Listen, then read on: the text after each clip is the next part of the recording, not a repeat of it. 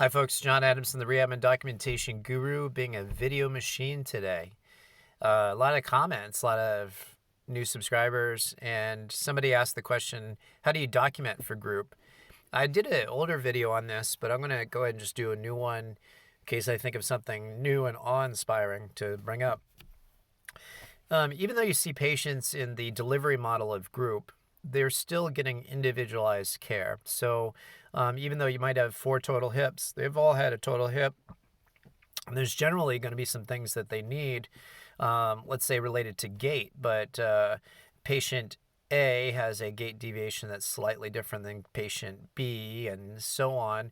Or strength patterns are different amongst the patients, and patient C has hypothyroidism and is feeling kind of down, that particular day, but they're in group together. So while you do the group and you bill it as group, your individualized documentation for each patient should show that you have an individualized approach. So you always document things like that you had group, how many patients were in the group, and then that way you make sure you're compliant.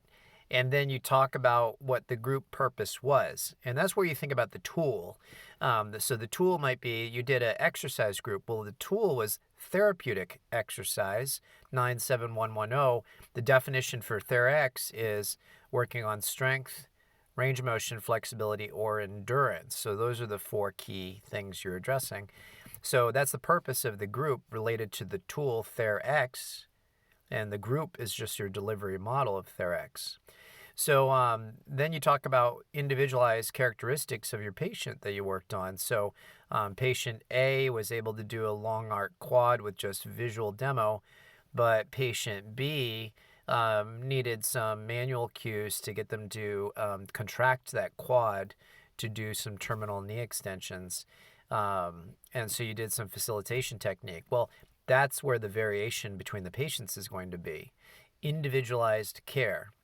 And so you have the group being same or similar activity, still patient-specific though. And I realize that, especially if you're running a group of 6 patients, capturing individuality amongst all of them in your documentation, that's a challenge. And I know some of you are struggling with productivity. And we had productivity issues with the SNF before. Somebody commented on, I think it was on a Facebook page, that they were, manager was touting how a CODA was getting like 150% productivity. So we were nowhere near that prior to PDPM, and that's dangerous. At that level, you wonder, are they really able to pay attention to their patients? And me as a compliance guy, I look at that and say, how could they possibly document effectively? Which then carries on to good effective care as well, because I'm firmly convinced if you document well, it makes you a better clinician as well. So anyway, that's how I'd handle group.